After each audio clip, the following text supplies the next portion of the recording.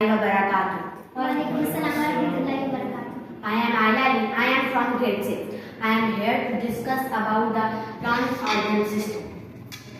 Just like cells and tissue, organs also join together to make a system that performs special function for the body.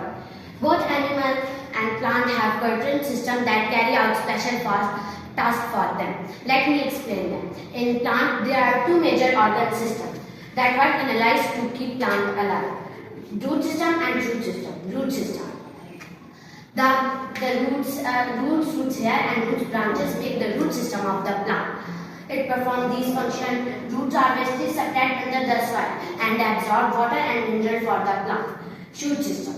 The leaves, branches, bud and stem make the shoot system of the plant. This part of the plant is above the soil. It performs these functions. The shoot system supplies water, produce seed for the plant and perform photosynthesis. What is photosynthesis? Do you know? Yes. Photosynthesis is the process in which plant absorb. Photosynthesis is compressed of two words.